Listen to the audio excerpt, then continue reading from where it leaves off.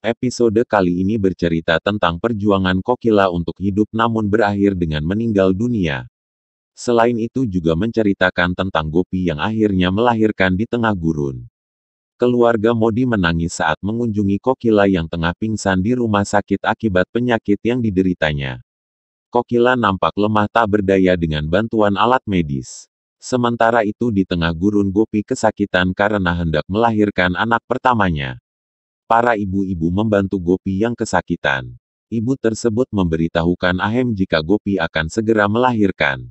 Ahem kaget karena kondisi mereka yang sangat jauh dari pemukiman warga dan tidak adanya tenaga medis yang akan membantu Gopi.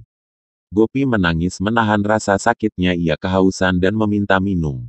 Ibu-ibu tersebut hendak memberinya air minum namun Ahem mencegatnya karena airnya belum direbus.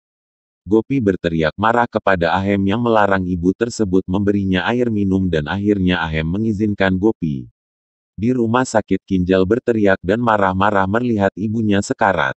Di awal berusaha menenangkan istrinya namun justru memancing amarah Kinjal dan suasana menjadi kacau di ruang rawat Kokila. Mereka disuruh keluar hingga dokter memeriksakan kondisi Kokila.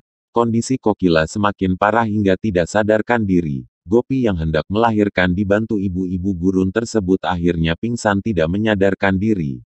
Ahem menangis dan membentak Gopi untuk sadar. Akhirnya Gopi sadar kembali dan berusaha mendorong anaknya keluar. Gopi pun berhasil melahirkan anaknya atas bantuan ibu gurun. Ia melahirkan bayi perempuan yang sangat lucu. Ahem menangis bahagia, begitu juga Jigar yang tengah berada di sana. Ahem menelpon Rasi memberitahukan keadaan Gopi dan bayinya. Rasi menangis menceritakan keadaan Kokila yang tengah sekarat. Ahem terkejut dan bergegas membawa pulang Gopi dan bayinya. Ahem datang menemui ibunya bersama Jigar sedangkan Gopi beristirahat di rumahnya karena dilarang Ahem untuk ikut ke rumah sakit. Ahem menangis melihat kondisi ibunya. Ia berteriak memanggil ibunya. Hetal pun menangis dan tidak rela jika Kokila pergi. Kokila tidak bereaksi sedikit pun. Ia bahkan dinyatakan telah meninggal dunia oleh dokter.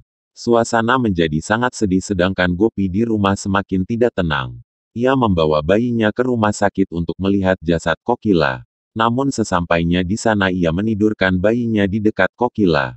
Kokila bergerak dan tiba-tiba hidup kembali setelah dinyatakan meninggal dunia oleh dokter dan bersambung.